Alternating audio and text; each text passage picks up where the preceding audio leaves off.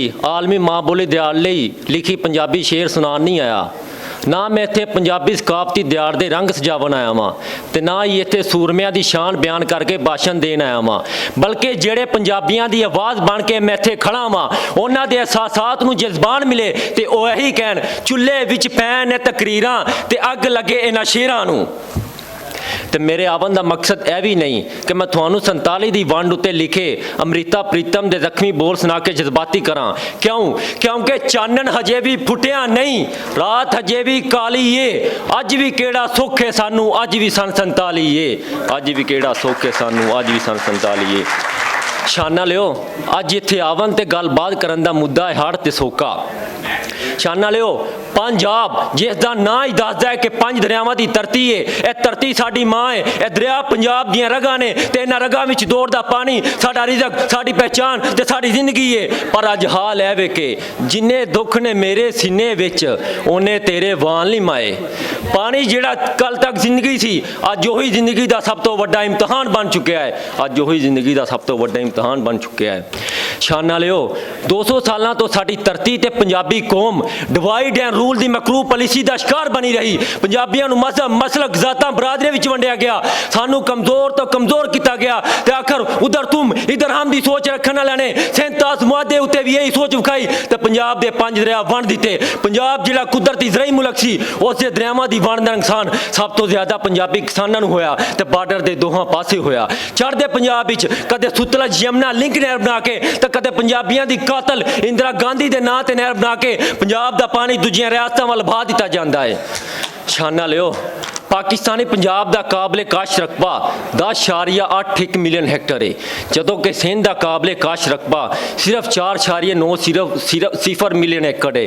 तो वाज या फर्क होने तो बावजूद पंजाब नूं इस हिस्से का पानी नहीं मिलता। यह असूल है जिथे फसल वध होवे उत्थे पानी की लोड़ भी वधदी है। इंसाफ की गल है, सियासत चमकावन दी नहीं, इंसाफ की गल है, सियासत चमकावन दी नहीं। शाना लियो मुल्क ते सानू एक नूं दो करके लभ गए, पर दुख दुख ही रहा कि छोटू जिहा ना उच्चा लब्बा बंदा नाल दा ना दूजा लब्बा, लब्बे लीडर इत्थे किसानां नूं कोई भला ते कोई लुच्चा लब्बा। शाना लियो कालाबाग डैम यह प्रोजैक्ट हड़ का इलाज नहीं ते ना ही हड़ का सबब है, पर पानी बचावन लई बिजली सस्ती करन लई ते पंजाब नूं सोके तो बचावन लई यह पंजाब दी हक दा डैम है ते पंजाबियां दी आवाम दी जरूरत दा डैम है।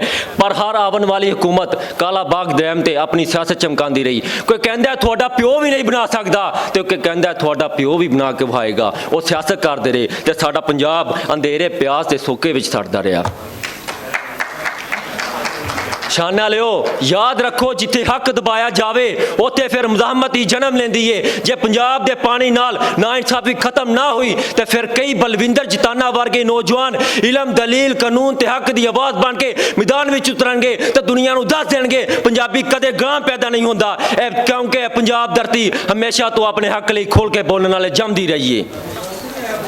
शाना लियो हड़ ते सोके दा बहरान जज्बात नाल नहीं बल्कि प्लैनिंग इंसाफ साइंस ते इतिहाद नाल हल हो सकता है। सानू लोड़ है छोटू राम वर्गी उच्ची ते विजनरी सोच दी जिन्हां दा पहला धर्म किसानी सी।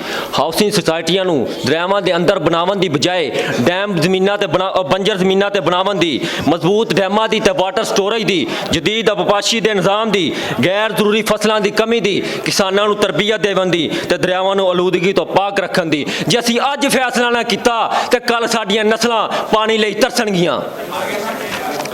शाना लियो दरिया नील नूं ते मिसरी हर साल सिर्फ एक दुल्हन की बलि देंदे सन, पर साडे दरिया पंजाब की 322 दुल्हनां दे सुहाग ते इन्हां नाल 822 अरब रुपए का लाग भी रोड़ के लै गए।